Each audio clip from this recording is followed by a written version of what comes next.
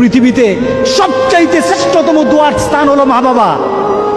ওই মা বাবা যদি হাত পাতে আরশ পর্যন্ত পৌঁছে যায়, ওই মা বাবা যদি বদদুয়া করে, পৃথিবীর সব তীর সব টার্গেট মিস হতে পারে, কিন্তু মা বাবার বদদুয়া কখনো মিস হয় না, কখনো মিস হয় না।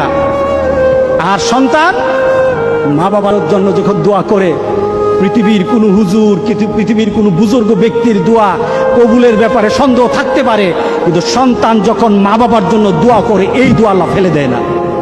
সুবহানাল্লাহ। কারণ মা বাবার এই দোয়াটা শিখিয়ে দিয়েছেন স্বয়ং আল্লাহ সুবহানাহু ওয়া তাআলা, রব্বির হামহুমা কামা রব্বায়ানি সাগীরা।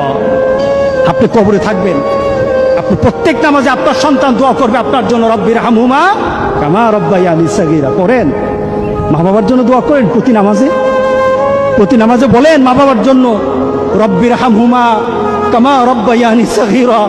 আপনি দোয়া করেন, দেখবেন আপনার দোয়ার কারণে আপনার সন্তান আপনার জন্য দোয়া করছে। আপনাকে আল্লাহ যেন এমন সুযোগ করে দেয়, এমন কুলাঙ্গার সন্তান যেন আমাদের সন্তানগুলো আল্লাহ না বানায়। সবাই বলেন আল্লাহুম্মা আমিন। আপনার দালান, আপনার বাড়ি, আপনার সম্পদ, আপনার ব্যবসা, আপনার পৃথিবীর প্রতিপত্তি যত কিছু আছে, সব আপনি দুনিয়াতে ফেলেই চলে যেতে হবে, কিন্তু সন্তান কিন্তু আপনাকে ছেড়ে দিবে না। সন্তান আপনাকে ছেড়ে দিবে না।